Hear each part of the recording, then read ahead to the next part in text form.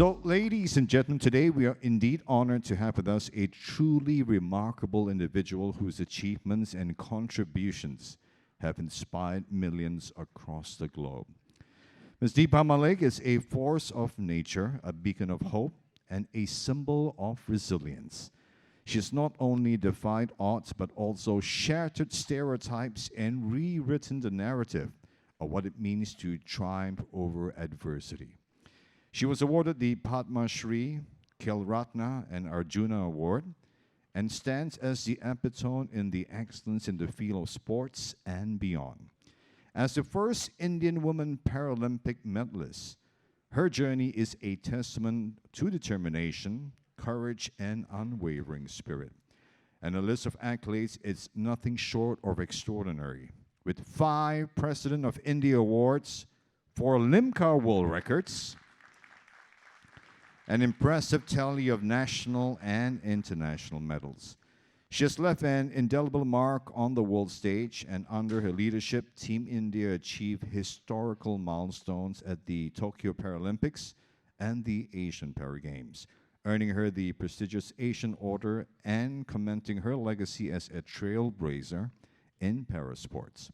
Beyond her sporting achievements, Ms. Deepa is a passionate advocate for social change, and through her foundation, Willing Happiness, she has dedicated herself to empowering individuals with disabilities and creating a more inclusive society.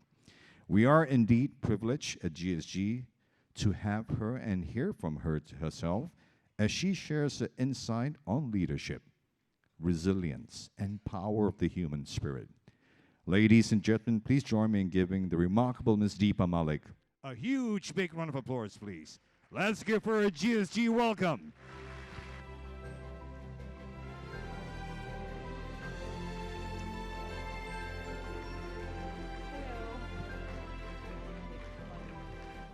Let's hear the applause one more time. Good morning. Thank you so much. Thank you. Thank you. Please sit. Thank you so much. My heartfelt gratitude to Global School Foundation for giving me this opportunity to come and interact. Thank you for that beautiful introduction. I did hear Dhokla though, before we even begin. So thank you. And I'm supposed to be here to inspire, to motivate, but or to share the journey of limitless learning that I have done throughout my life on this journey, which I call is a journey of ability beyond disability. And I think a journey which is more about continuous learning and not giving up. And to take you through this journey, I will definitely have to take you through my childhood, which is apparently the most important aspect and part of my life. Because I feel that true the most impressionable age for a person is when you are in the initial school days, and that makes it very important foundation for a lifetime.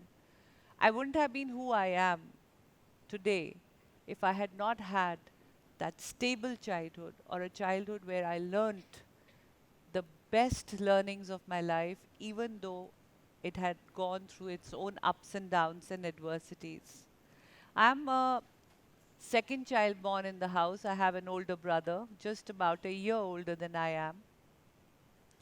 And how people would kind of define me as a child was I was more like a boy, because I would play with all the boys' toys, so-called. I loved to kick around the football, or to pick up a cricket bat, or to be with my brother's friends more than be with the girls' group.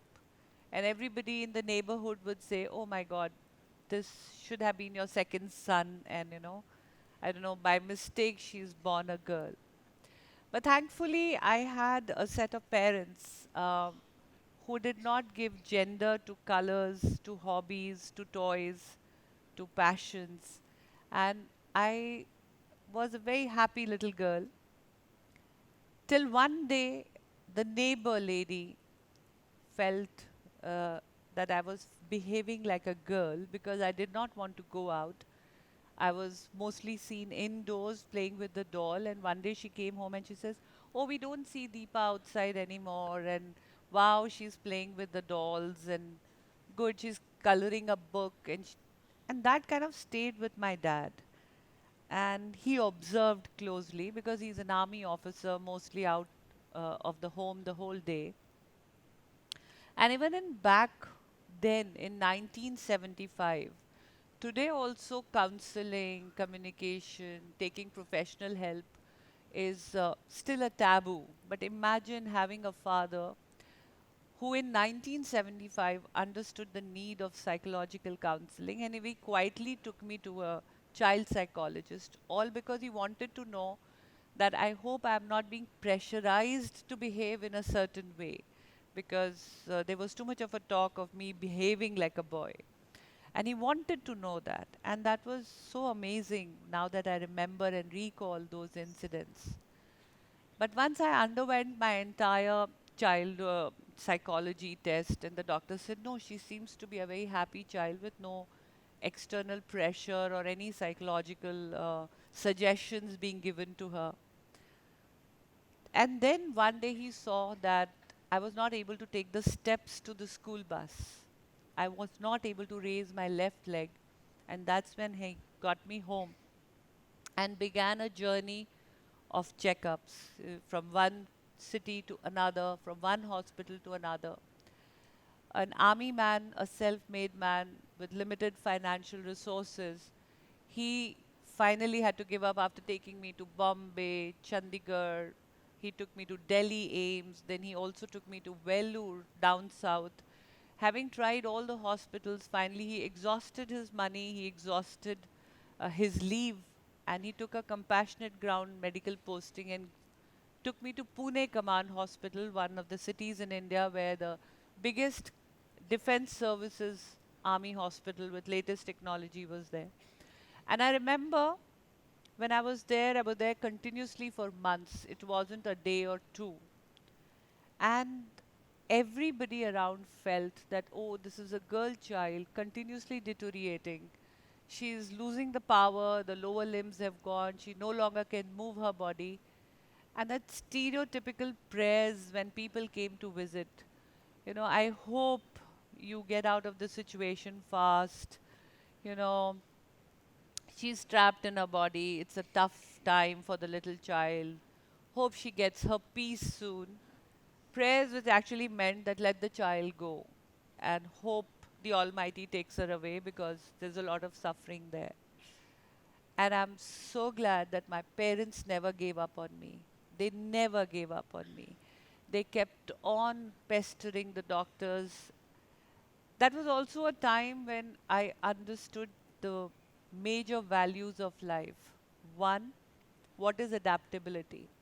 What is time management? What is there to work like a team? And there's such important qualities. I saw my mother learn a cycle because we only had one scooter, and that was majorly used by my dad to do all the running around, go to the office. So there was no other means of communicate the transportation, and hiring a cab meant a lot of expenses. So she bought a cycle. She learned a cycle.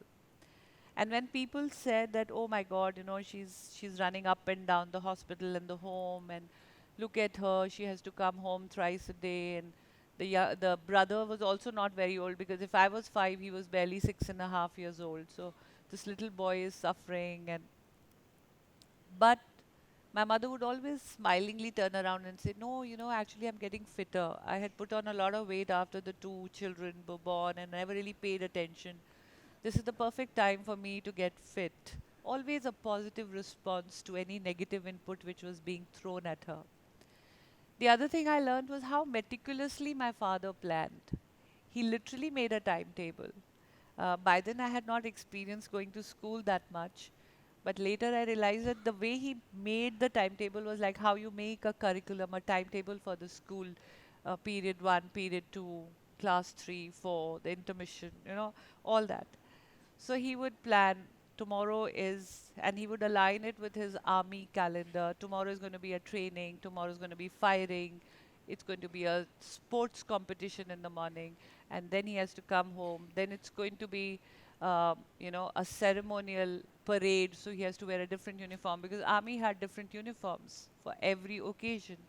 And in all the sections it was written the time, the uniform, and mummy would pack those little bags a day ahead. When she would come with the breakfast in the morning, she would carry his next change, because after the first morning games or firing, he would come to the hospital, meet the doctors, look at me, then change in the hospital. In short, I I understood what it was to plan. Subconsciously, this little girl was learning. And we were able to manage it well, because my brother was brought home from the school. In the afternoon, he would study. Simultaneously, my dad would bring in some notes from school, make me study.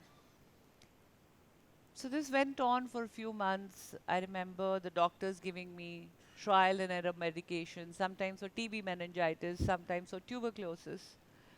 The medical technology wasn't that advanced. The simple blood tests and x-rays were not giving up anything. But, and during those times, one thing more that happened was there were beautiful books. I remember there used to be Russian book fairs those days, very pictorial, beautiful, hardbound, glossy books would come, and my father would get stacks and stacks of them for me to go through. And if I take you back to that era of 1975, when there were no gadgets, there were no PlayStations, video games, iPads, cable TVs, FM radios, how do you think a little girl would pass her time lying in tubes in one bed, not able to move and only looking up at the walls, the ceiling of the room? How do you think she would have passed her time? Anyone would like to answer? So reading was not that easy because I was just 5, and in my days ABCD also started when you were 5 years old. We never had these kindergartens, pre-nursery, nursery, lower KG, upper KG.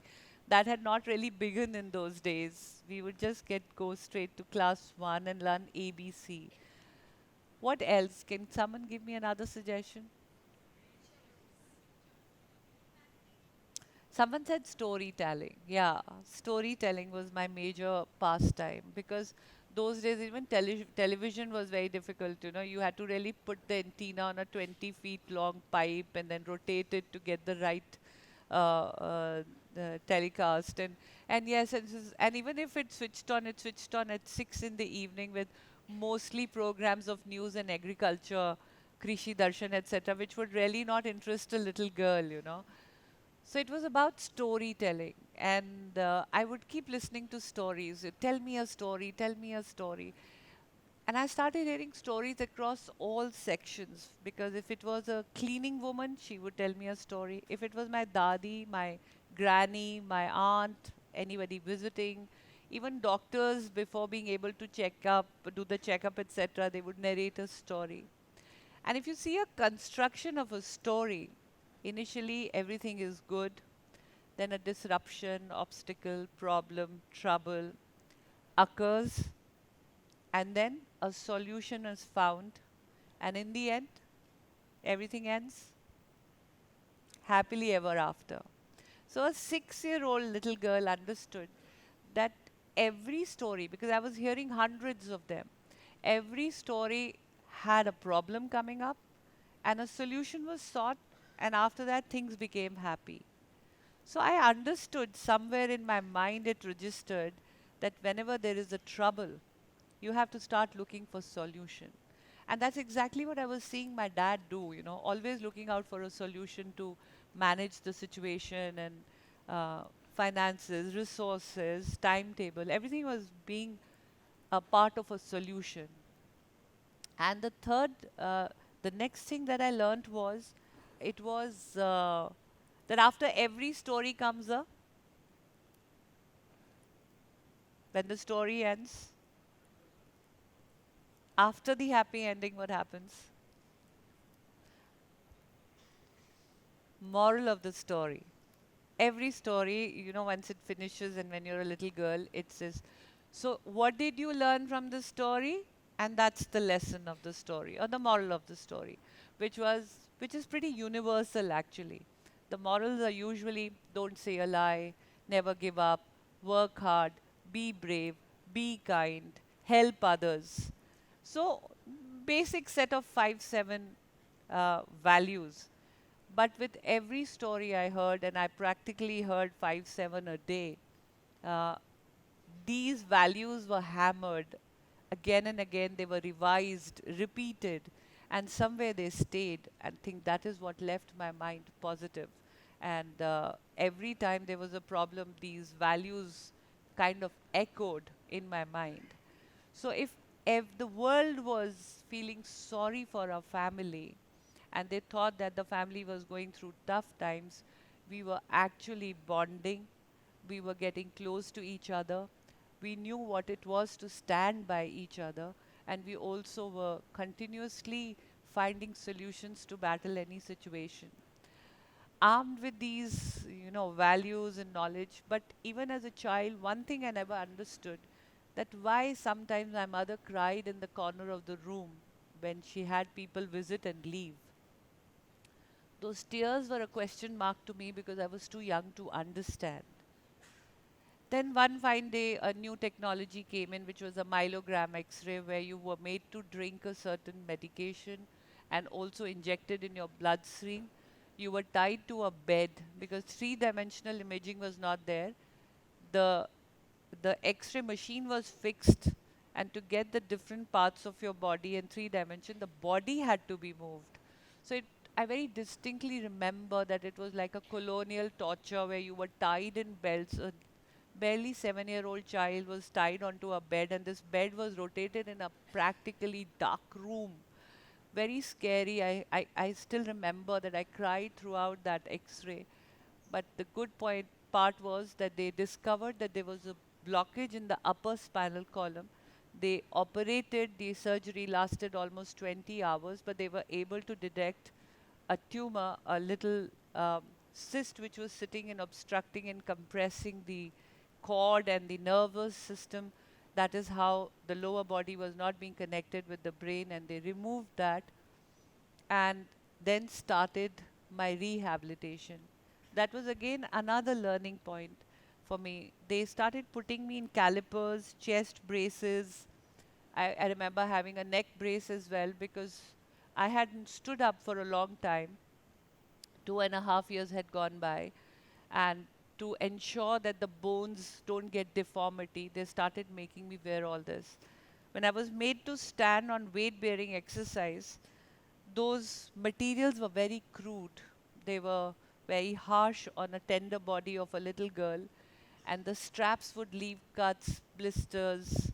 Um, it would the chest brace would leave a lot of prickly, very discomforting feeling, and very painful as well. And when I was made to stand, it would hurt, and I would cry. And that was the time my father told me, Deepa, look at the larger picture. Today, your larger picture and your bigger goal today is to walk again. So, if you are able to adapt to this discomfort, accept the discomfort, ignore the pain that you are going through, and just focus on what you got to do. See, any goal that you need to achieve, any target that you set for yourself, is definitely going to take you through some discomfort, some change. Um, you will have to step out of your comfort zone. But I'm glad my father made me look at the larger picture, which was to walk again. The second thing I learned was today, if you are willing to push yourself to stand for 2 minutes, tomorrow you'll be able to stand for 4 minutes, slowly for 10, and maybe one day you walk again, you gain enough strength. I learned to push my body. I learned to set new targets every day for myself as barely a 7-year-old child. And soon I realized that when you decide to become a better version of yourself each day, you can really achieve that goal. And I did. I walked again, and after that, the life was back to walking, but it didn't start immediately. I remember the first time when I gained enough strength, post my exercise sessions and weight bearing sessions and trying to walk again sessions, I was put on a wheelchair, and then my father felt that it was time for me to socially get integrated after a gap of 2.5, 3 years. So on a wheelchair, wearing those chest braces, I was taken to the school. When I went to the school as a third grader, it was something very new for the children to look at, because uh, to see a child come to school wearing all those fancy braces and sitting on a wheelchair, children found me awkward and I found myself awkward. And there came the major role that the school and the teachers played in my life. My father went to the principal and said, "My daughter doesn't want to come to school. She finds it very awkward. What do I do? Because it's time she gets to school again. She has already missed a lot of it." So the principal came up with an idea, which was again not in the school books. It was not written in any administrative instructions. He just thought of it. He just innovated it. He went to the craft teacher. He made the craft teacher cut out golden stars and stick them of a golden paper, stick them on a cardboard piece, cut them into small badges which look like golden stars. He made a asked them to make a very attractive fancy basket, one from the fairy tales with some shiny paper, and I remember flowers, paper flowers attached to it, and filled it with golden stars. And he took me to the morning assembly and he called out to all the primary section students, especially to the students of my class, and said, "Children, here is Deepa. She comes on a little chariot. She carries this basket of golden stars. And this little girl, anybody who's nice to her, helps her with her school bags, her books, is going to earn a golden star from her. And the child who collects the maximum golden stars throughout the week is then going to be applauded, appreciated, and given a gift in the morning assembly the next week when it begins."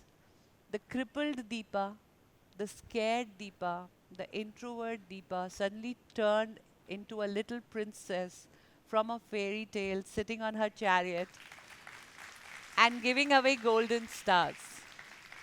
Every child wanted to take out my tiffin for me, take out my textbook for me. But because I had to continuously wear the chest brace and the neck brace, I was not allowed to bend down because my spine and vertebral columns were cut. If I bent down too long, I would end up with deformity. So I had to be kept straight. And my teacher noticed, my class teacher, she noticed I would look at the textbook like this.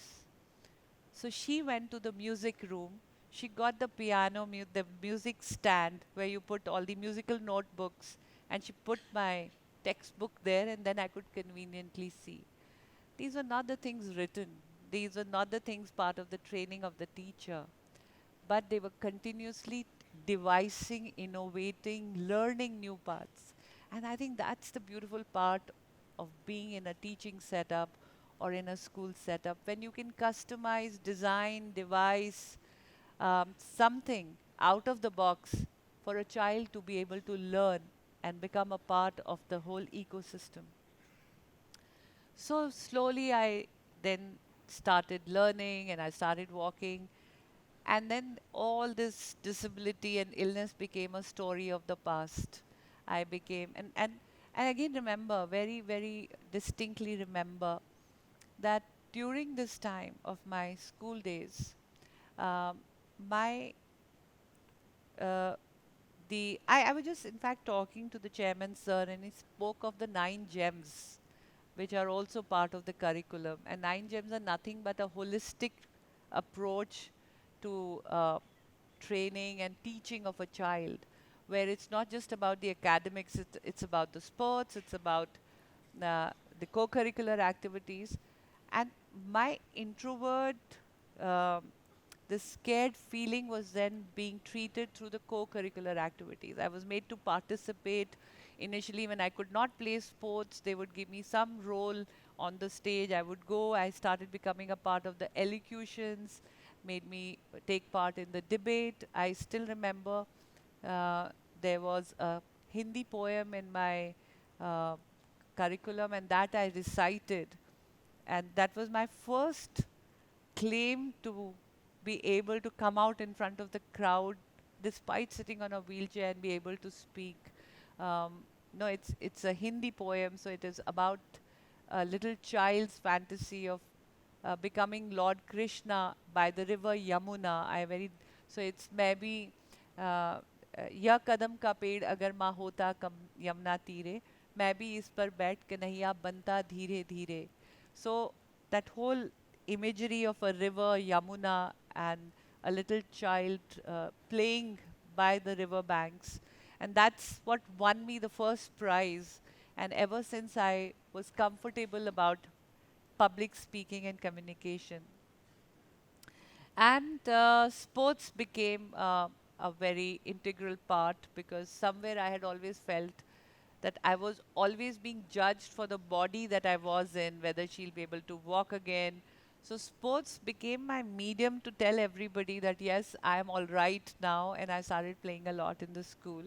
And as I grew up, I think I grew up as a regular teenager. By the time I became a grown-up girl, I realized that I was falling in love with wheels. And when I say wheels, it was not just not the wheels of the cycle, but as I grew up, I wanted to drive a two-wheeler. It started with a little Luna, graduated to stealing the keys of my father's scooter, and often getting caught and then being scolded. I think more with the worry that if she has a fall, she may hurt herself again. And I always say that the wheels dominated my life so much that I had a love come arranged marriage. My love for bikes actually got my marriage arranged. So I found the man on my life who was willing to give me a bike in those days. In 80s, it wasn't so popular back home in India, a woman riding a bike. But I loved it, and then we got married. It was a fairy tale marriage. Well, I wasn't very good in science, neither was I good in maths. So, didn't want to be a teacher. I think I was more an outdoor soul. And I found a match who was willing to give me bike and take me on bike excursions. I just was happy being a homemaker. There wasn't very many options those days for girls, and I was happy being married to an army officer, enjoy all the outdoor activities. And then our elder daughter was born. Devika came into our lives, and when she learned to walk as a 1 year old toddler, I somewhere started living my, you know, childhood, this whole desire of walking through her little tiny footsteps. I remember buying her a lot of anklets that made a noise. And when she walked, we really didn't have video cameras. They were not very popular. Otherwise, I would have probably filled up my Instagram or my Facebook with her walking videos. So that was something which I remember. But one day we made a mistake, and somehow I was on the roof, maybe drying up the clothes. The lady who comes to for domestic help left, and she left the door open. And Devika trotted outside on the main door. And when she came on the main road, she got hit by a biker. She had a terrible head injury, and the left of her body got paralyzed due to the impact and the internal bleeding. A tiny girl, 14, 15 months old, her face fell on one side, the eyes fell on the other side. She couldn't lift her body up. Even feeding became a problem because we had to insert tube because she couldn't chew or swallow. And we had to rush her to the same hospital because, again, my husband being an army officer, that being the biggest hospital, I took her. It was deja vu. It was the same pediatric ward. It was the same neurological surgical ward. And it was almost the same officer's family room where I had spent 3.5 years of my life in and out of the hospital. And it struck me, why me and why again? And that's when doctors were not even talking about her IQ this time because the brain had got a lot of swelling and the ventricles were dilated and internal bleeding and clotting was there around her brain. And the left had totally gone.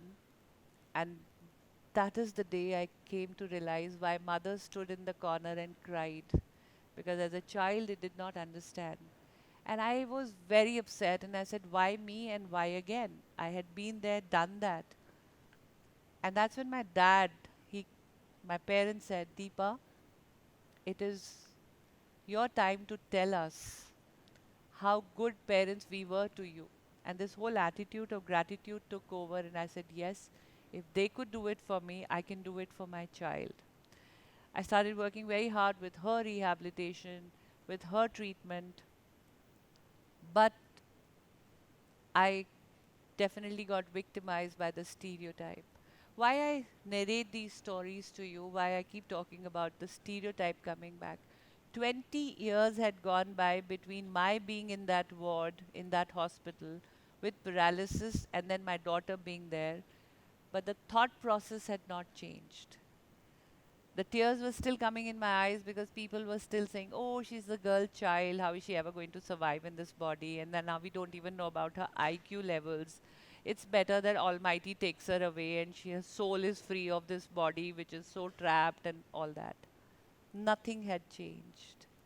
The, the science had progressed. The world had progressed 20 years. 2 decades had gone by. That's what happens when we get stuck in stereotype and we don't adapt to change. We don't grow, not, and we stop our growth. And I think today we all are gathered here to understand that things are changing very fast. The processes are changing fast. We are becoming a global community. So we have to continuously learn and adapt to change. So that day I said, okay, I'm going to work very hard with this child. I started with her rehabilitation. God was kind. Slowly, the IQ was clear. They said, no, it's just the stiffness on the left side of the body. But IQ-wise, intelligence-wise, she was good. So we were thankful to Almighty for that. My second daughter was born.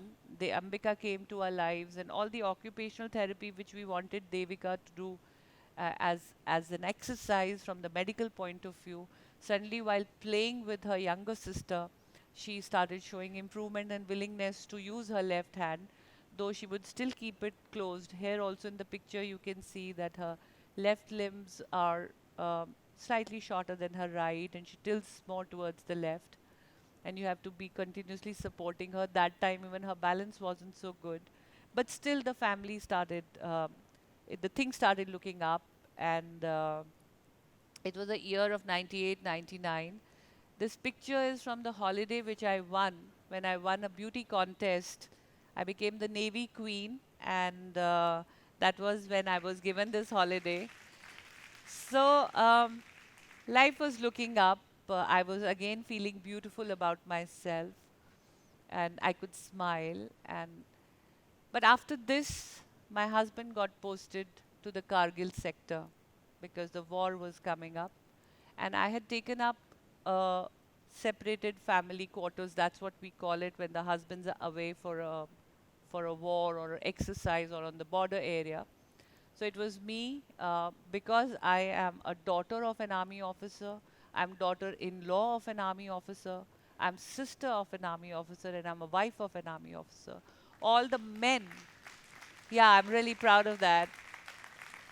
And all the men were out there in the war zone, which meant that we hardly had any connection with them. There were security reasons from the war zone. There was no communication.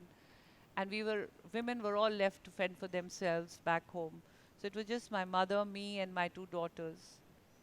And when I had to bend down to give them a bath, to get Devika's exercises done, to pick up my younger child who was just 3 years old, or to pick her up and put her in her school bus, I started feeling that things were not right in my body. I was getting a backache, I would feel giddy, and I thought it was time for me to go and get a checkup done.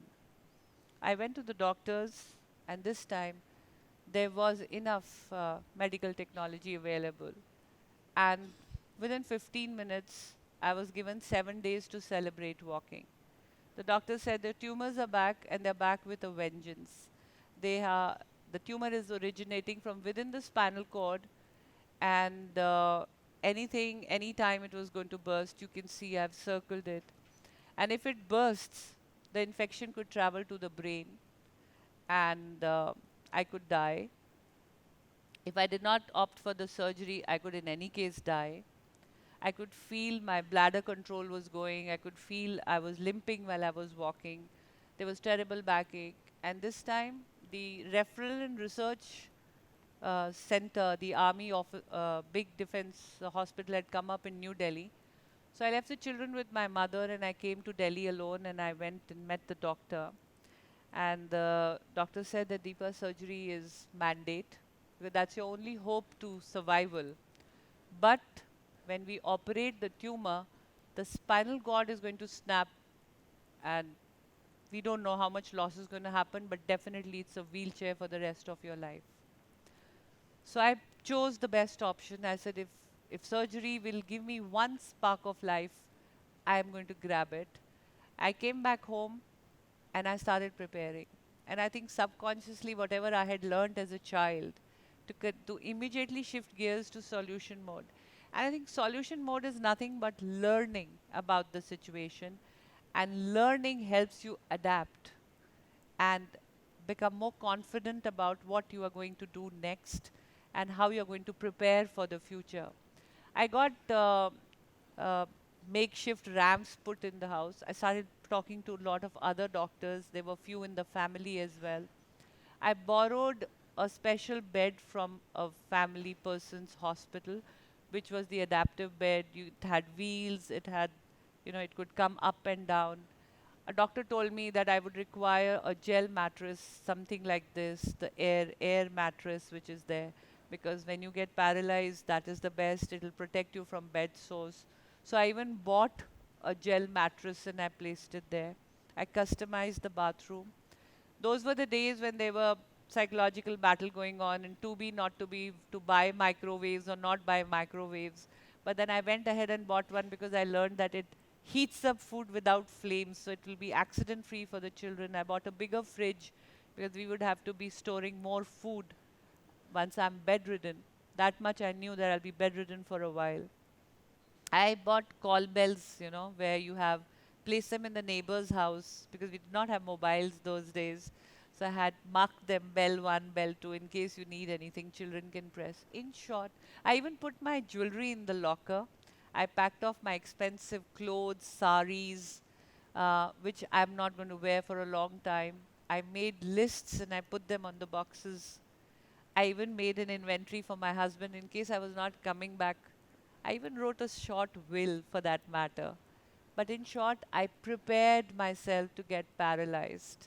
And whenever you prepare and arm yourself with the right knowledge, open your doors to adapting to better solutions. And that can only come if you upskill your knowledge. I think I was more confident of undergoing the surgery. I reached R&R hospital again, and then doctors prepared me for surgery, and then they said, you want to say something? Because it was almost like, what's your last wish in case you're not coming out of this operation theater? And I said, I want two things. One, I want to walk to the operation theater because I'm looking at life beyond the surgery, and that I'm told is going to be on a wheelchair.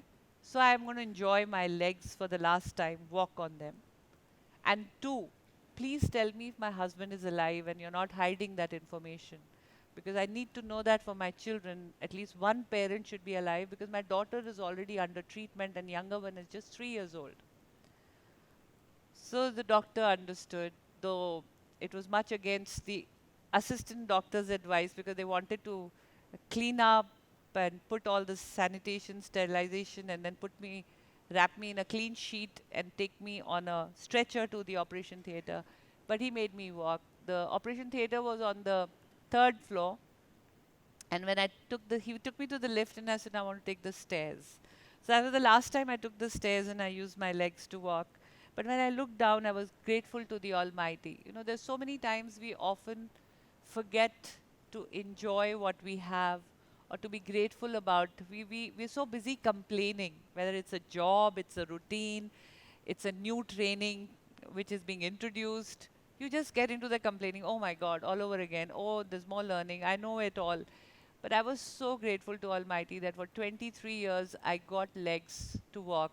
I had lost them once as a child and I got them for some time. I danced, I cycled, I ran, I played. I could ride bikes on them. And I just was grateful to Almighty for the years that the legs were mine. And the second thing was, uh, of course, whether my husband is alive or not. So they took me to a makeshift radio room. And this radio room, again, I'm talking of almost 25 years ago, so the communication was still not that advanced. So they had these headphones, a microphone which you had to press. The instruction was when you finish talking, you say over, so that the operator can put the other person online, and then you can hear the other person from the other side. So when I was taken there, the headphones were placed and was given the microphone, and it said, um, I said, hello, Bikram, over. They say, I will never be able to walk again, over. And from the other side, he said, I could hear him faintly from the war zone, and he said, don't worry about your legs, over. I'll carry you in my arms all my life, over. Let us both stay focused on staying alive right now, over. It was a 30-second communication, not more than that. But that is the power of communication. That is, and I think teaching is one word which is nothing but communication. The right thing said at the right time, in the right words, in the right way. Uh, so that makes a whole lot of difference. For me, it was the confidence when I felt that I'll still be loved, I'll still be wanted, I'll still be. Uh, so it gave me that power. And here it reminds me. Push it back. Yeah. You know, my class teacher used to be my Hindi teacher who went and got that stand, the musical stand for me. And I fell in love with the subject. Today I write all my poetry. My Hindi is far better than my English, though I have um, uh, I graduated with English honors as my subject in the college.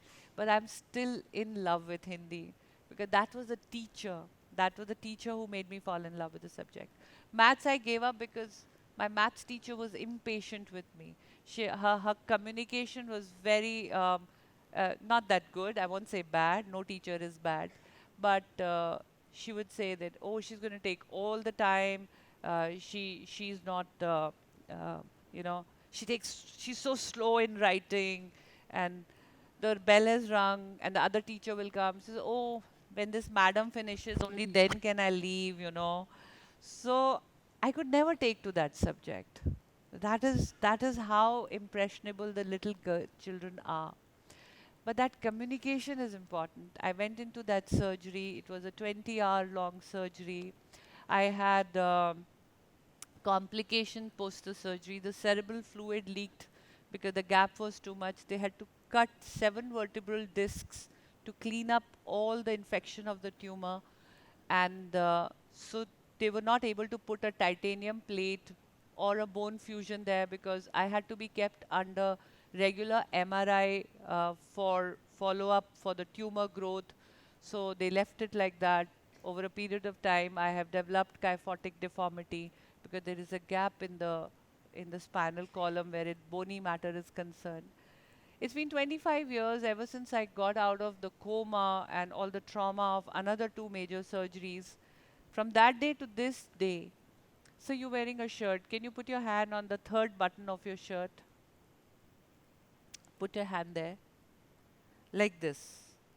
On the 3rd button, whichever is the 3rd button. Yes, and can you just stand up for me, sir? Just, and turn around towards the audience.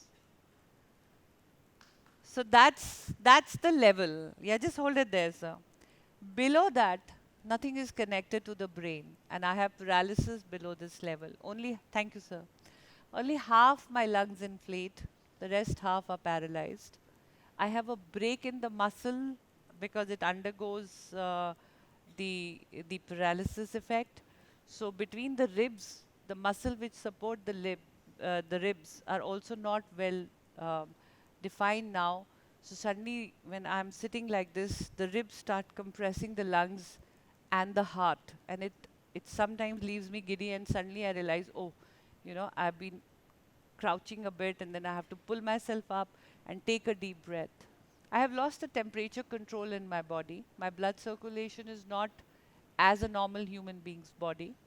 And when I say temperature control, if it's too hot, body becomes too hot. If it is too cold, it becomes too cold. So I have to very consciously be mindful of what clothing I have to wear and what atmosphere I'm in. Sometimes I get remarks on my fashion sense when they say, "Oh, what is she wearing? She's wearing boots even in summers." Otherwise, she tries to be very happening and modern, but she doesn't know what. Again, those are the people who never get out of the stereotype. If it's summers, you're not supposed to wear boots. I'm wearing boots. I wear boots because you just saw I don't have ankle support. It just twists and turns. I have certain part of clothing is my medical need and not the fashion need. But we are so infected by the stereotype that I end up getting, sometimes I get trolled for my fashion sense, but that's not so. And the other challenges that I have in my body is I don't have a torso balance. I can't raise both my arms together. I don't have any sensation. I have spastic paralysis, which leaves my body very stiffened. I get involuntary spasms. So every 3 to 4 hours, passively, manually, my joints have to be relaxed. Otherwise, they become very stiff like stone. And the biggest challenge that I have in my body. And every 2 years, 3 years, I have to undergo MRIs, regular MRIs, and also a bit of chemo and radiation to keep the tumors away because they cannot operate anymore. I have more than 200 stitches between the shoulder blades. They cannot open the spine again, so they do precautionary chemo, which means every 3 years my body becomes zero and I have to restart, jump start the body all over again. Whenever you have to go for a refresher course in your training, you say, oh, but this body undergoes a refresher course every 2.5, 3 years. And above all, I don't have a bladder or a bowel control, which means every drop of water that I drink has to be measured. How long will I be out? How long will I have to stay in a diaper or a urine bag? When will I be able to get a place to change? Everything has to be measured and monitored. If I drink too much, I can end up wetting my clothes at a wrong place. If I don't drink enough, my tubes collapse and there's a vacuum in the bladder, which means I have to be taken to the hospital for catheterization and removal of urine, opening up of the tubes. Same happens with food. If I don't balance it right, if I eat too much greens and fruits, I end up with a loose stomach. I can spoil my clothes anywhere, anytime.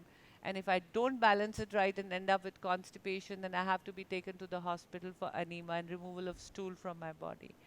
This is the body I have been living in for last 25 years. Despite so many medical challenges, despite being 54 years old, I think I still look hot. Yeah.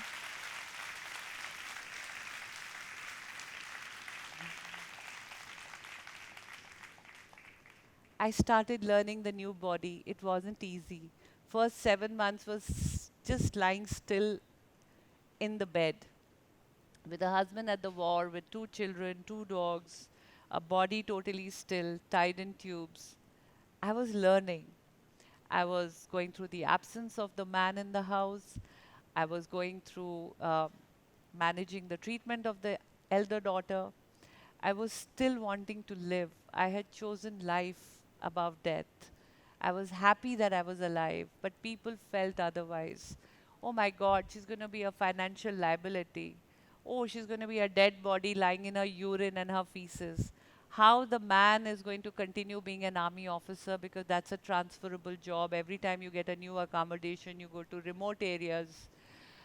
She will never be able to be a good mom. She will not be able to give marital bliss to the husband. Everything was a stereotypical thought process because nobody was opening their minds to the solutions that could have been sought. And out of love, out of stereotype, my husband got infected, uh, and he left army without a financial plan. he just came home. And I was waiting that maybe when I'm able to sit up again, I will be traveling again. I wanted to travel. I love traveling. I love outdoors. But then my husband left army and took me to my in-laws' place, which was a beautiful farmhouse in Maharashtra, where my dad-in-law then retired by then as a general in the army. And we had all the fruit trees in the house, organic plantation, and lovely garden. But that was a lonely place for a 29, 30-year-old woman, you know. My children had no company because it was a farmhouse away from the madding crowd. And people perceived it as, again, stereotype. She's so lucky her in-laws are keeping her. Oh, she's so lucky her husband is still married to her. Oh, she's so lucky she has a palatial farmhouse. I was tired of this definition of being lucky. Nobody was talking about my bravery, my being able to be willing to live in that body, be alive for my children. I was struggling to learn to cook, to eat, to change, to bathe, to exercise. Everything was new for me and I was adapting to it. But so a lot of allegations, lot of stereotypes, and I said, okay, if others are not learning, let me start the journey of teaching by moving on uh, this whole journey of ability beyond disability. And I learned that if you remain passionate, see, till the time I was talking about my illness and all the challenges, your faces were becoming droopy, you were all looking very sad. The moment I said, I still look hot, you clapped. There was a smile. So, one thing I have learned from my life is people will look at you the way you look at yourself. So, it's very important to be passionate, to have the self belief. And with this, I went on to a journey and I said, it, it's now my turn to let the world know that I'm all right on a chair. I wanted to add the word travel, fashion, happiness, party, outdoor, sports to the definition of being living in a paralyzed body. I often say that my body could have been paralyzed, but my soul was not paralyzed. I didn't want to be known for that. And my first step to it was that I started a small tiffin system because my solution finding habit took on. And when we had these young officers come and visit on their formal calling on, because there is uh, a system in the army that when you come to a city, you go wear a tie, you wear a three-piece suit, and you go and call on your senior officers who are in that particular city. So my husband and my father belong to the same regiment and they have commanded the same regiment. So all the young officers who were coming in the armored corps or the second generation officers would take time, come and call on. And one such second generation kid whom we had seen grow up in the army and then join army would otherwise call me ma'am, but otherwise when in a personal space call me auntie. So he came and he says, auntie, we miss your food. You used to cook so well and you would make those, uh, these good combination meals. They were amazing. And we remember you could do so much with the leftover food and make a new dish out of it. And we really miss your cooking. And that reminded me that yes, I I am still the same Deepa who still knows the cooking. My hands work, my mind works. Even if I can't balance my body to do it, I can guide somebody to do it. And then he also said something. He said, you know, there is no food joint here. Now, evenings when we go to the officers' mess, we have to wear a tie and we have to wear and then wait for the last senior most officer to leave, and we can't leave before them. That was also the time computers were coming in and everybody was very new and the projects had to be now submitted digitally online by making these Microsoft projects and PowerPoint presentations instead of making hand slides. So this whole thing was very new for the new generation officers also. It would take a lot of time. So I said we can utilize this time. We don't go to the officers' mess in the evening to have dinner because next day we have exams. I wish, Auntie, you could make those little tiffins that you used to make as a child when we saw we used to take food packed sometimes from your hand. It stayed with me. And I suddenly found a solution and I said, okay, let me start making tiffins. I started making tiffins even before the Zomato or all these applications which are now.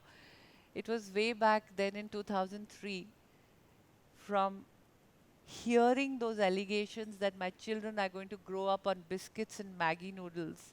I was actually now packing tiffins for almost 100 officers every day in the evening. And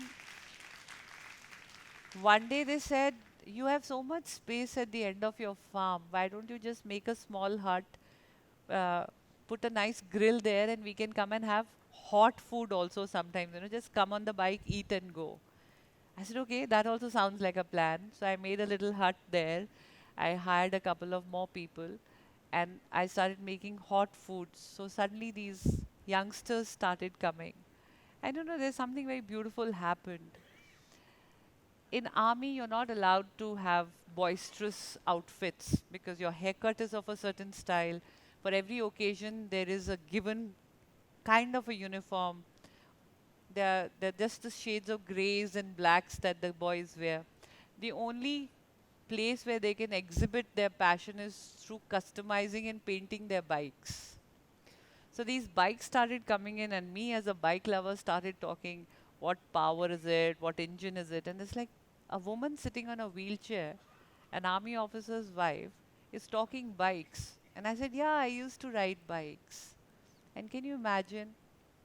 This opened the world to me. I was living in my cocoon in the farmhouse, but had I not started this restaurant and gone out, how now we have become one world. We have become global today. I also got to meet so many more people. And through this restaurant that became so popular, I put one table, two tables, three tables. And a day came where in the evening I was feeding more than 400 people every day. And that whole response to she's going to be a financial burden, I was earning 4 times more than my husband's pension. I had a staff of 20 working for me. People thought my children are going to go hungry. I was celebrating others' kids' birthday parties in my restaurant. So it just was amazing. And this made me meet the engineers, the lawyers, the doctors. It opened the world to me only because I was open to open the world to me. I started learning from everybody. I started learning from the young children. They introduced me to this technology called internet. I had no clue. I had never seen a laptop. I had never seen a computer. But if I had not met this younger generation and learned the new ways of learning, I would have probably been left behind. When I learned from these, someone had done automobile engineering, someone had done civil engineering, someone had done uh, some technology, and then come and join the army. They said, "You love biking. Why can't you be a biker again?" And I said, yeah, I would love to. He says, so get it customized. And I said, customized? He says, yeah, technology has gone from where to where. Come on. They can put extra wheels. They can do anything. You don't have to drive. Maybe the gears can be shifted to hands. I said, does it really happen? Then I started searching. And when I started searching, I realized it's going to be a lot of cost. And I can't put that on my family. So somebody from the an ex-MBA student from the MBA college, when children started coming to prepare, they said, okay, we'll make a project for you, ma'am. We're going to make a project for you and we're going to pitch for the CSR. And I said, what is CSR? He says, that's corporate social responsibility. I was just a graduate, married to an army officer in a secured world. I knew nothing about the outside world. But because I learned and I opened myself to the world, I could actually acquire so much more knowledge.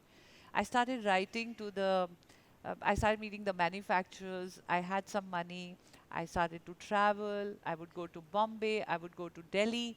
I would meet these people. And, I was literally shown the door most of the time because, again, they were bitten by the stereotype. And I would say, hey, I don't have this body working, but imagine if I'm riding a bike, that's going to send out a loud message in the society. People are going to look at us differently.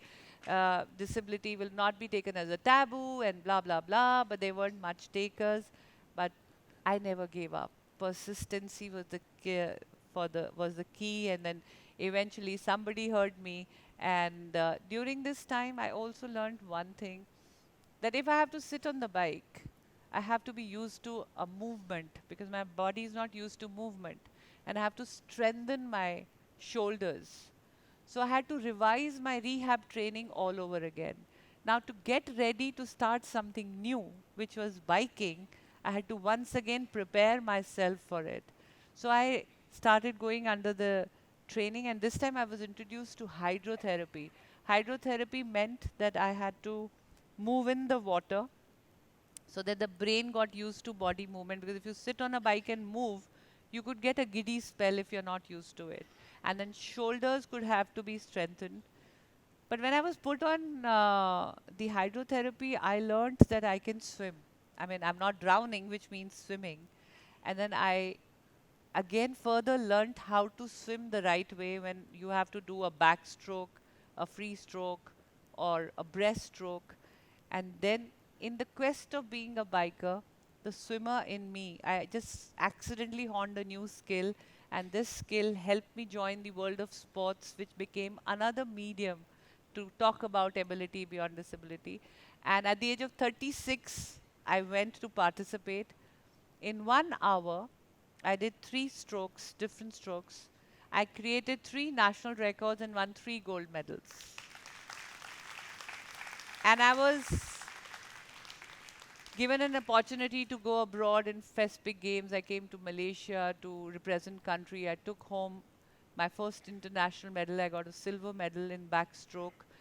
And this time I was wearing the Indian tracksuit. I was holding the record certificates and medals in my hand.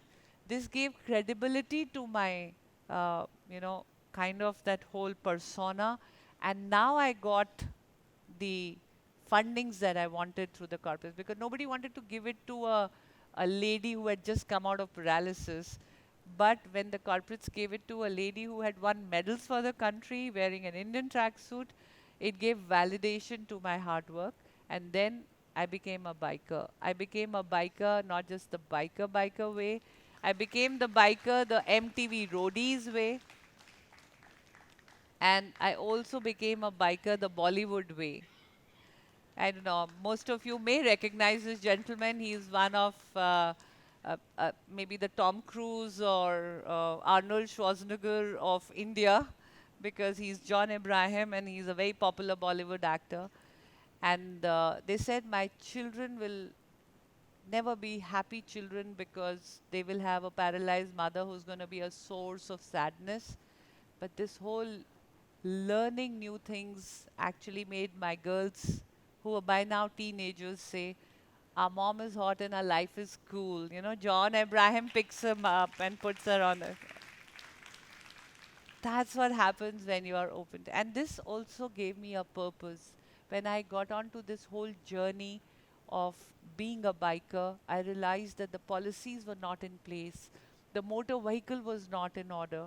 When I wanted to uh, get the bike made to my disability requirement, they said, no, the Motor Vehicle Act says vehicle manufactured to suit the disability.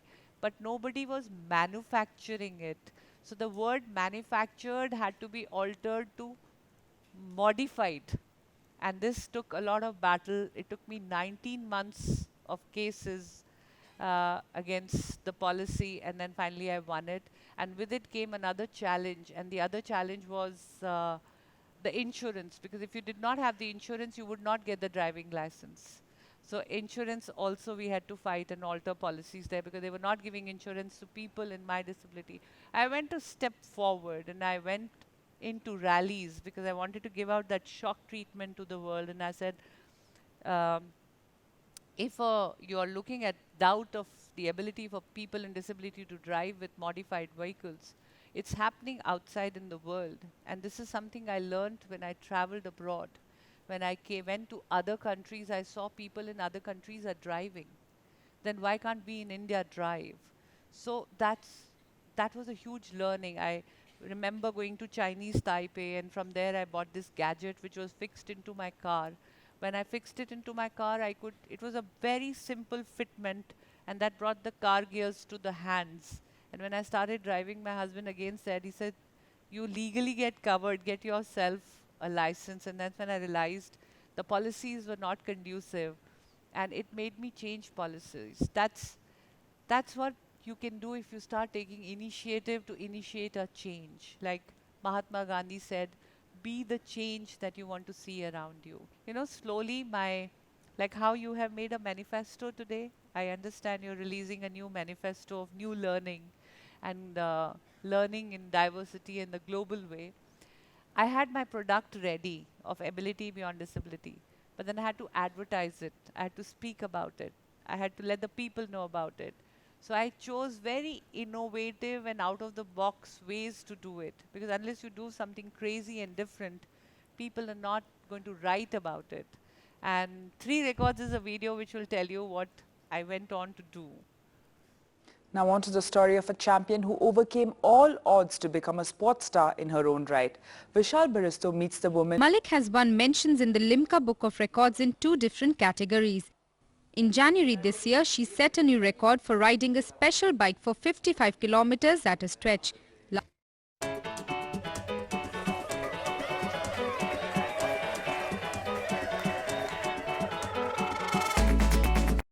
She backstroked against the Yamuna currents for a kilometer. I trained for 3 months at Lakshmibai National Institute of Physical Education at Gwalior, and it was hard work because my coach told me we don't get permissions in my disability category. They don't allow people in my disability category to take that open river water swimming. It has never been done in India before, and I had to really take a special permission and convince them that I want to do this. Yamuna किनारे दीपा को लेकर लोग नदी की तरफ बढ़े तो सब देखने को बेचैन थे कि दीपा तैरेगी कैसे।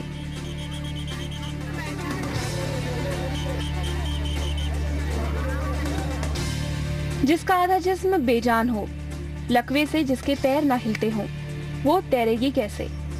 पर दीपा ने तैरना शुरू कर दिया।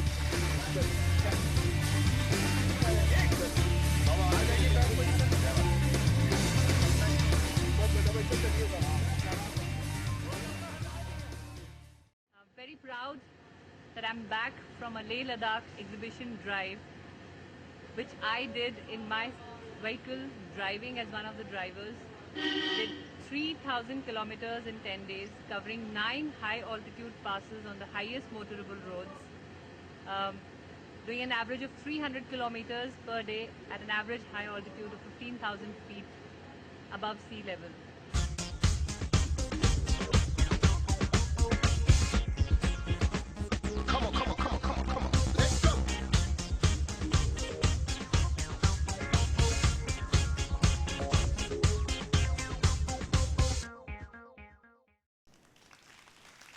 So these records did help me, and this was the 4th record that I created, which was driving across from Chennai, and this was more towards spreading awareness about para sports, because when I would tell somebody that I'm playing para sports, back then people would ask me, oh, how are you going to jump from a parachute?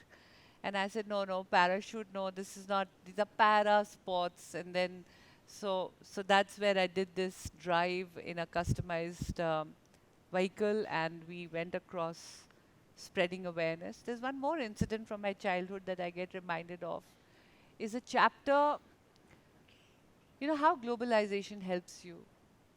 I had a chapter in my class 5th about a young little girl, a gymnast called Nadia Comaneci. She was the one who won a perfect 10 in 1976 Montreal Olympics. And it was such a beautiful chapter. The description was so beautiful. It would talk about how she would take a leap and then land on the parallel beam, and how her legs would fly in the air, and all the gymnastics that she was doing, and how a young child who started training at the age of 7 years, you know, and this chapter stayed with me because my father would quote it a lot. He would remind me, see, a young child started training at 7, and by the time she was 13, 14 years old, she could achieve a perfect 10. So this is what practice can and learning can make you do.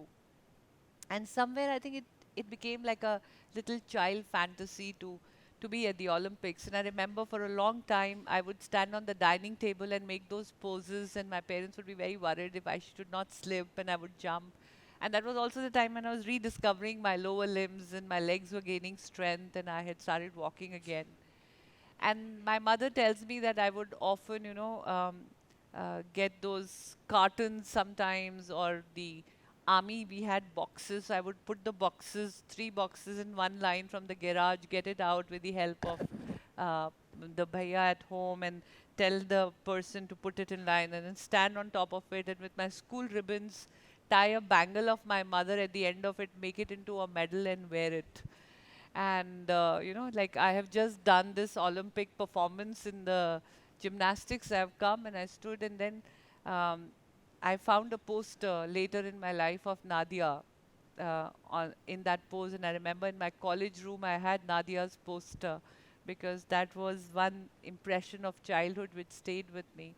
And seeing this fascination of mine for sports, my father in 1982 took me to Delhi to see the Asian Games that were being held in the Jawaharlal Nehru Stadium in the capital city of India. And I remember sitting in the audience and the contingents going down and me waving out like that to the contingent. So those are very, very fond memories of childhood. But of course, as I grew up and I started biking, it kind of faded away. But that's where I had learned the lesson of being perfect in your practice, in your learning.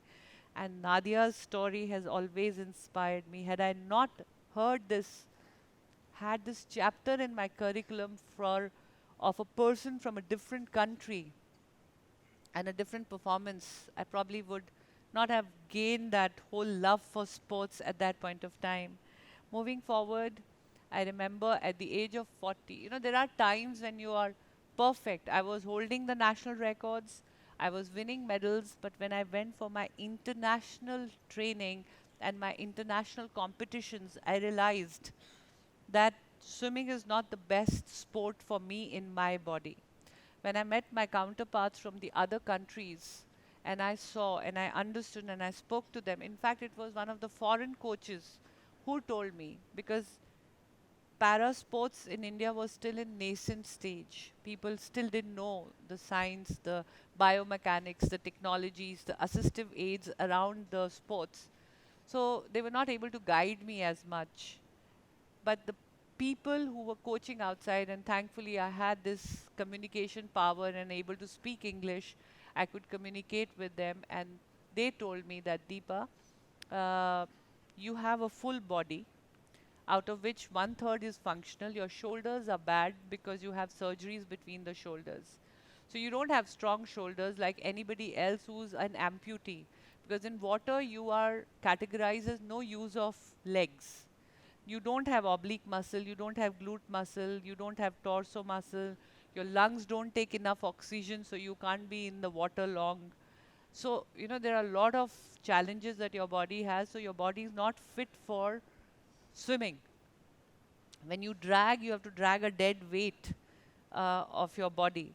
Whereas others who are just amputees are far better than you. They don't have bad shoulders, they don't have kyphotic deformity. They get a lot of support from their other muscle groups. You will never be able to make it in swimming internationally.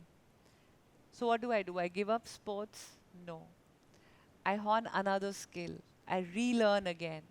I turn an athlete at the age of 40 and I start training. And that's when I got this opportunity to come to Delhi. Overnight, I closed down my running business of the restaurant in 2010, and I came to Delhi. And when I came to Delhi, I had no clue what was going to happen. The whole thing was very new. There were a lot of expenses. The javelin which I hold in my hand is about 1 lakh rupees. It's a carbon fiber javelin. And then you need wheelchair accommodation, you need wheelchair transportation, you need a gym trainer, you need gym facilities, you need the nutritionist, you need the mental trainer, you need a doctor backup, you need a nurse for your catheterization and urine and stool drills. So many expenses. But where's the money going to come? Because whatever little I had stored, I had kind of started exhausting it. So again, I went to the corporates. I tried to raise funds for it.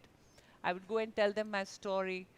And one fine day, one of them said, okay, how about coming and talking the way I'm talking to you? It wasn't easy. You're given hour and a half. You have to summarize everything. You have to speak whether my story is going to be interesting, whether it'll carry some value, how to present it, how to make a presentation. I had to learn it all. And this learning helped me. And can you believe it? I turned like this kind of a speaker, and the corporates which were not ready to fund my sports were ready to give me 5 times more to talk to them. So imagine a woman gets paid to talk. but but this was a solution I found, and I had to continuously evolve, continuously learn, continuously find out ways and solutions. And I learned that there is a lot of talk about leadership, there's a lot of talk about motivation, there's a lot of talk about setting new targets and achieving them. And I could do that through my story, and that's how I started traveling the world. And I was so happy when I was invited to Singapore also. I mean, as early as 2014, I was there, I have very fond memories. And then started this whole journey of participating. I do not stand up when my national anthem is played or the national flag, but when I win a medal for my country, the national flag also goes up, the national anthem is also played. So yes, winners don't do different things, they just do it differently. There's always a way to do it. And this slide is very interesting because what I learned as a child, which took me to the Jawaharlal Nehru Stadium. This was 2010 Commonwealth Games, where this time I was in the contingent in the Indian team, you see, moving with the flag. And this was the same Jawaharlal Nehru Stadium. And this time, one of my daughter was beside me, and the other daughter was sitting in the audience and waving at me. Life can come a full circle.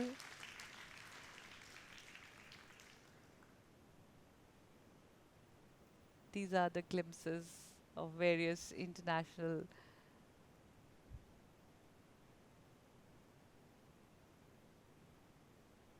And then, you know, who said I was going to die in a room in my own urine and feces? I have traveled the world.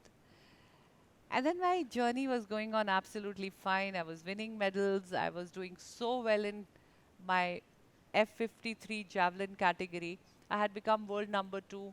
I was all set for the forthcoming Paralympics, and I knew I was going to make a medal.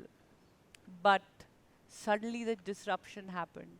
The change happened. I think COVID-19 has taught us that change can come anytime, and those who adapted well, whether in terms of mental well-being, in terms of technology, in methods of teaching, I think only those people were able to do well then. When this happened, they said that my javelin is no longer there at the Rio Paralympics. It's going to be shot put in my disability category. I had developed a body and a strategy and a skill to throw a speed equipment which was only 600 grams in weight. For me to now transit into a heavy weight equipment thrower, where the skill changed, the coaching changed, the coach changed, the diet changed. There I had to be lean, here I had to fill up mass. I had to have bigger muscle. This was a power game. But only 11 months to go. And all I heard from people is, Deepa, it's time for you to retire gracefully. You are holding a record in javelin. Go home. You're going to make a fool of yourself. At 46 years of age, you don't do that. And 3.67 centimeters is what made me qualify, because 3.60 was minimum qualification. At Doha, I threw that and I got 3.67. However, my ranking was 10th in the world. But just because I had worked on the policies, and policies by now in India had become inclusive, Target Olympic Podium Scheme was bound to give me funding because I had crossed the A qualification mark. Still people laughed that I'm going to waste the taxpayers' money because I'm 10th in ranking with 11 months to go. I will never be able to make it. It doesn't happen. But like I said, self-belief and that habit of pushing your limits, habit of being able to adapt to new things. By now, I had found friends abroad. I had started taking the scientific global method of the sports teachings. I could write mails. Everybody was willing to help. And I prepared. The final day came for the selection trials. Only one female quota had come for athletics. Overall, only 2 female participant quota had come, one in archery and one in athletics. And we were all striving for that. On the day of selection trials, I threw a 4.48 meter. 4.48 meter was equivalent to the current world ranking 1. Obviously, I got that slot, and I was very happy that finally I'm going to go in a new event, and I'll be representing India, the only woman to represent India in athletics. But next day morning, I saw the headline said something different. The most painful day of my life was that day when they said, Deepa accused of cheating her way to the start. A fellow athlete had taken me to court saying that under no circumstances, within 10 months of time, a 3.67 can convert into a 4.48. I was battling in the court before I left for Rio. I could win the case, but imagine with what pressure I must have gone to play sport. With the media on you, with all the sports people on you, they still felt that, you know, I managed to get that slot. I want to play the Rio performance video, and I want you to focus at the result. A 4.48, 3.67 to 4.48 challenge in the court, the pressure of performance, the ability to perform on the final day. Yes, the women's shot put F53 final. This a seated throwing event. And this is Deepa Malik of India. All the throws happening together. Malik, who's won silver in the shot in the 2011 World Championships. She's from New Delhi. It was a decent one out towards 5 meters here. And that's 461. Well, here's history. India's first ever female Paralympic medalist in any sport, Deepa Malik, picks up the silver. From New Delhi, silver medalist in the javelin at the 2014 Asian Games. First major championship was actually in Delhi for the Commonwealth Games in 2010. They have a strong parasports program embedded within. But Deepa Malik receives India's historic silver.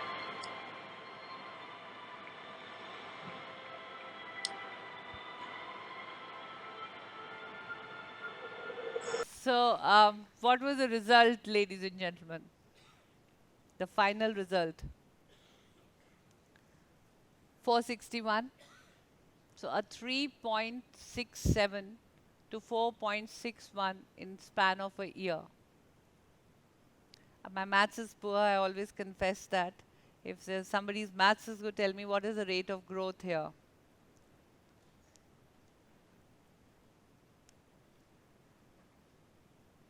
Near about 35, 33, 35%. Yeah? And this is your annual meeting today. Strategizing new goals, new growth. So next year when I come, you assure me that you would have done 35 to 40% of growth.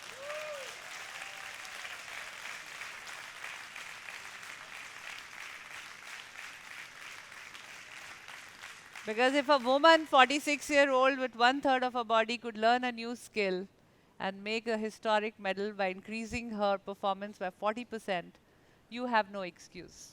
right? By now you must be also wondering what happened to that little girl who walked out, met with an accident. It's all right. Devika's left hand may be smaller than her right, but her dreams are not smaller. She dreams big. Devika might have a little, her friends call her Daffy the Duck because she has a little sway when she walks. But her mind has never swayed in inspiration or determination. Today um, a lot of people said, very ignorantly people say, oh, the mother's disease has been passed on to the child. I'm so fortunate that the disease of happiness, the disease of determination, never give up, inspiration, self-belief, I have been able to pass it on to her, yes. And we are the only mother-daughter duo in the world who have performed together, played together, and won medals for the country together.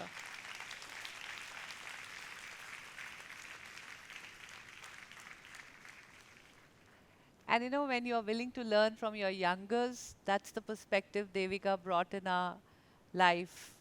She brought in the younger perspective. She brought in the global perspective. She started working internationally with the Commonwealth Council. She started working in the disability community. She taught me how to give back to society. She says, Mom, if we as educated urban family coming from an urban background, an educated background, we faced so many challenges. What must be happening to those who are less privileged, underprivileged? And then we started working in this thing called Wheeling Happiness. She was as young as 24. In 2014, we started this. And I want you to hear what Wheeling Happiness is all about from Devika's herself.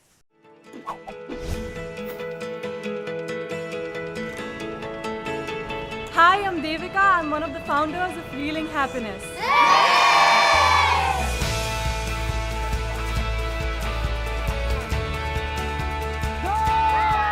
Due to an impact on the right side of the brain, the compression led to hemiplegia on the left side of my body. So it started out with complete paralysis on both the left limbs. Dealing with this disability from childhood is what led my parents to introduce me to outdoor activities, and it is what made us realize that sports is a really effective way to rehabilitate people with disabilities.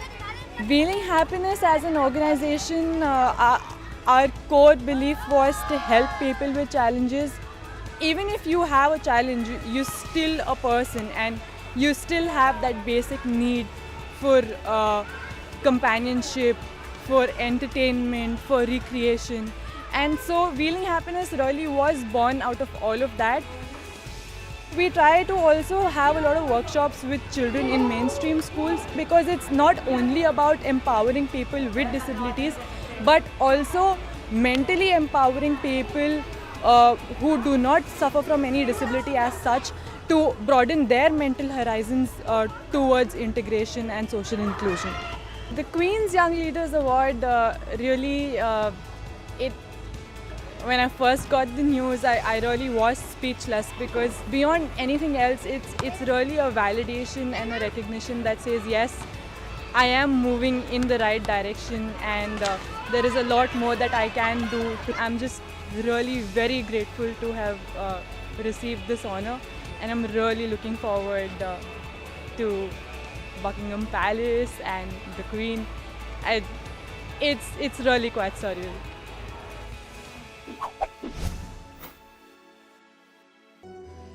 Deepa Malik from India.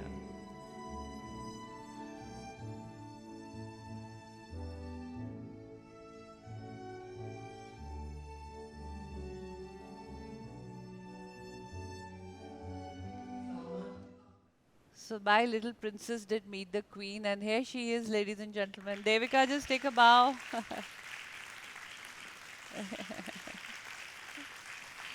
And of course, she did a leadership course with the Cambridge University as gifted to her by the Duke and the Duchess. If she had not traveled abroad, if she had not met people from other countries, communities, we would not have been able to bring that approach back home. We wouldn't have been able to make a project, a report, and then influence the policies. We need to derive the best from each other's cultures. We need to socially, globally integrate because that is the need of the hour. And here we, like I said, yes, everything that I had, they said mothers passed on the disease. Well, even in the awards, we are winning the same awards at a span of different years. So, and and one thing I've realized in my journey that nothing, no achievement or success can happen without a proper teamwork. I can never say that it's my medal. When so many people come together, a medal is made. And I think that that is very important to any team, any organization, any institute. Aiming to work and grow together, you have to work as a team. And this is towards the end of my speech, and there is one. So you all are from the school community, you all are from the teaching community. It's my turn to ask you a question. What does this slide say to you? Please don't read it. I want to use your creativity, your imagination, or some other slogan for the same picture. Say yes, ma'am. Say again, louder, please. Set a goal. Someone said try and alternative option. There's always a solution. Find your way through. Front benches. Be safe. Okay.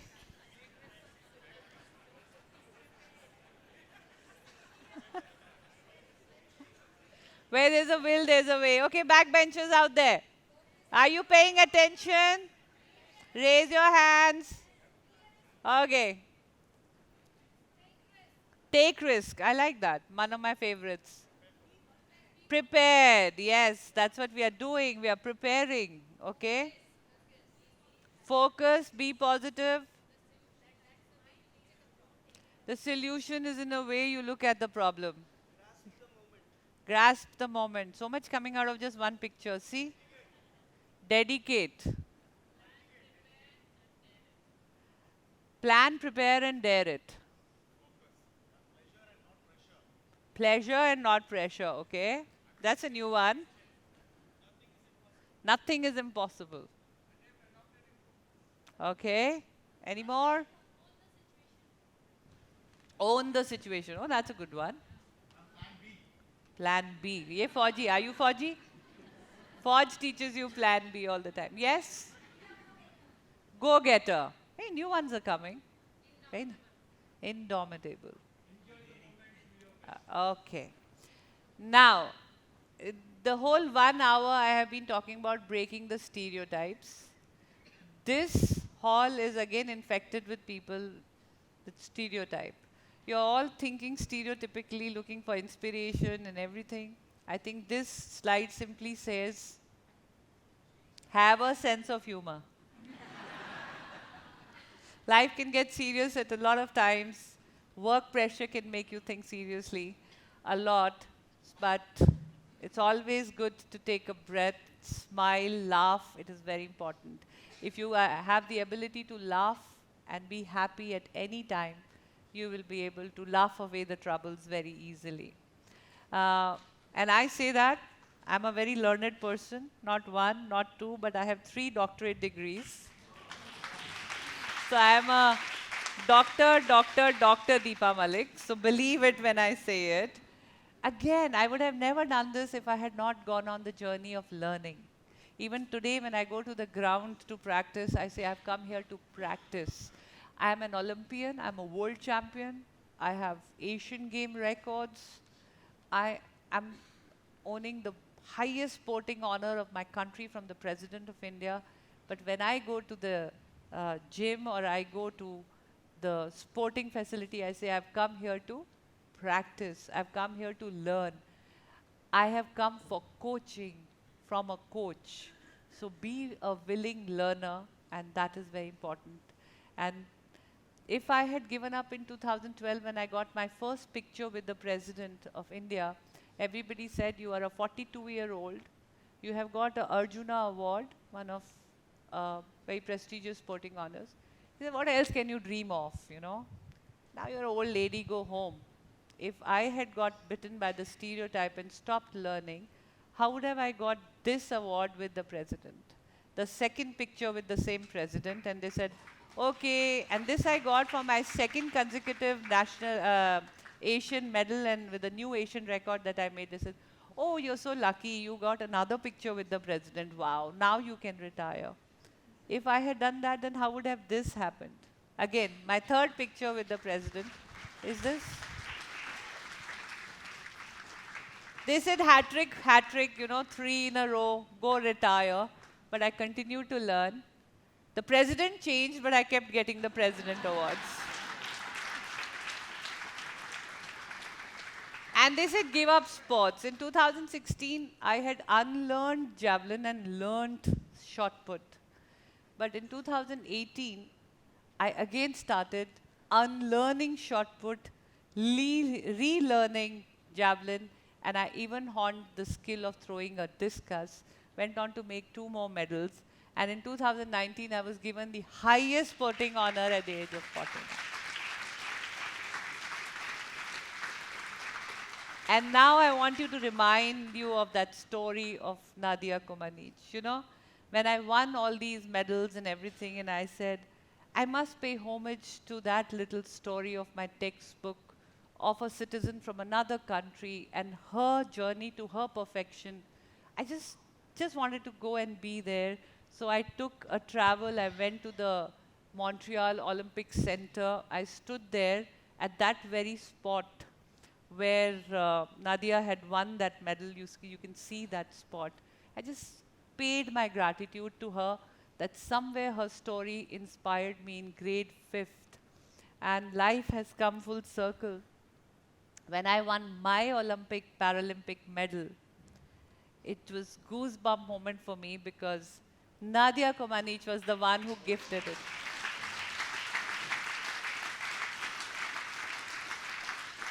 And today, the chapter in the Hindi textbook of grade 5th inspired me. Life has come full circle, ladies and gentlemen. The Hindi textbook of grade 5th of NCRT now has a chapter on me.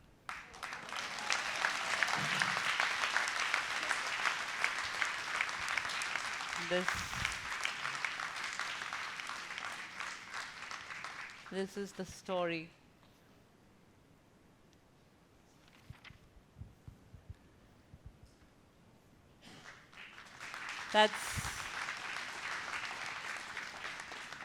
And moving forward, of course, this slide is important to me because continuously working hard for 12 years, if that whole ability to set a new goal for yourself and become a better version of yourself, push your own boundaries, winning a medal with a new Asian record each time was like taking those 2 steps today to 4 steps the next day.